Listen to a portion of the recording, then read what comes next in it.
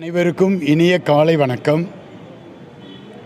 குருதி கொடுத்து ஒரு உயிரை காப்பாற்றுங்கள் என்ற மேன்மையான நோக்கத்தோடு லாலி ரோடு புனித அருளானந்தர் ஆலய பங்கில் செயல்படும் புனித வின்சென்ட் பால் சபையினர் 3வது ஆண்டாக இந்த இரத்த தான முகாமை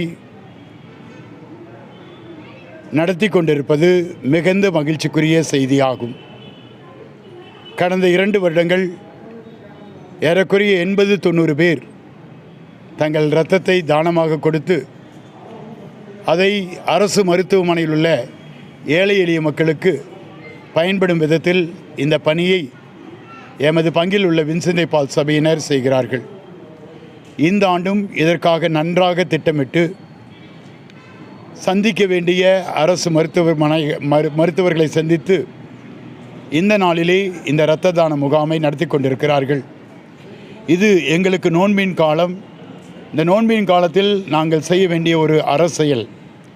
அந்த விதத்திலே எமது வின்சென்ட் பால் சபை இந்த அறச்செயலை முன்னின்று நடத்தி கொண்டிருக்கிறார்கள்.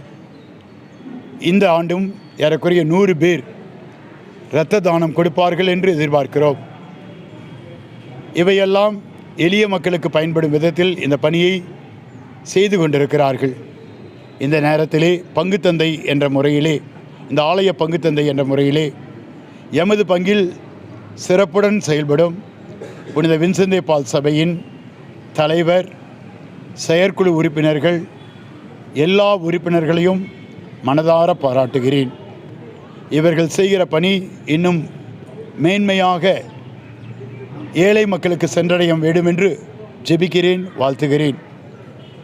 குறிப்பாக இந்த நாளிலே அரசு மருத்துவர்கள், செவிலியர்கள் மற்றும் பணியாளர்களை எங்களுடைய பாராட்டுகளையும் நன்றிகளையும் தெரிவித்துக் கொள்கிறோம். இந்த பணி இறைவனுடைய ஆசியாலும் எங்கள் சகோதர சகோதரிகளுடைய உதவியோடும் மிகவும் சிறப்பாக நடைபெற வேண்டும் என்று வாழ்த்துகிறேன். நன்றி, வணக்கம்.